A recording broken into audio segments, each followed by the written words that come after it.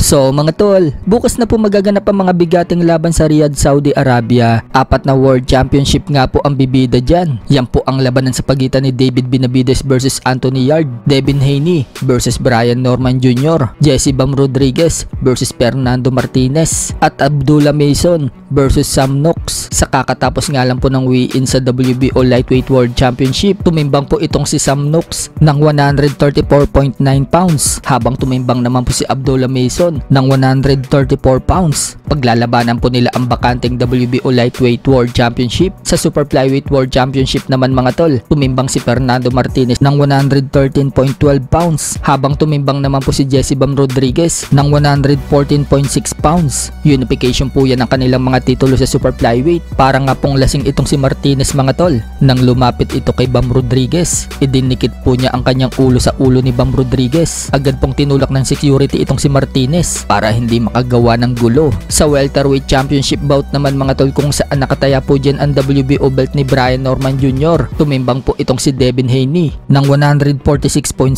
pounds, habang tumimbang naman po si Brian Norman Jr. ng 146.12 pounds. Sa naging face-off naman ni Devin Haney at Brian Norman Jr., ang tagal po nilang nagtitigan. Wala nga pong sumusuko sa dalawa sa titigan. Nagiwalay lang sila mga tol nung hawakan na sila ng kanya-kanyang mga team. Pagdating naman po sa main event, kung saan nakataya po dyan ang WBC Light Heavyweight World Championship belt ni David Benavides, tumimbang po itong si Anthony Yarde ng 173.9 pounds, habang tumimbang naman po si David Benavides ng 174.3 pounds. At dahil wala pong naging problema sa mga timbang nila, tuloy na po ang bakbakan bukas. Huwag po natin palampasin ang magagandang laban na yan. Sa kabilang banda naman mga tol, sumabog po ang balita kahapon lang na inaayos na po ang rematch sa pagitan ni Canelo Alvarez versus Terence Crawford, matapos ibunyag ni Canelo Alvarez sa TV Azteca na goal umano ni Canelo Alvarez na makipag-rematch kay Crawford sa susunod na taon. So gusto nga po makabawi ni Canelo Alvarez sa pagkatalo niya kay Crawford nito lang September 13, kung saan naagaw po lahat ni Crawford ang kanyang mga titulo sa super middleweight. May mga nagsasabi na mukhang makakabawi na daw si Canelo dito kay Crawford kapag natuloy ang rematch na yan. Pero may mga nagsasabi din mga tol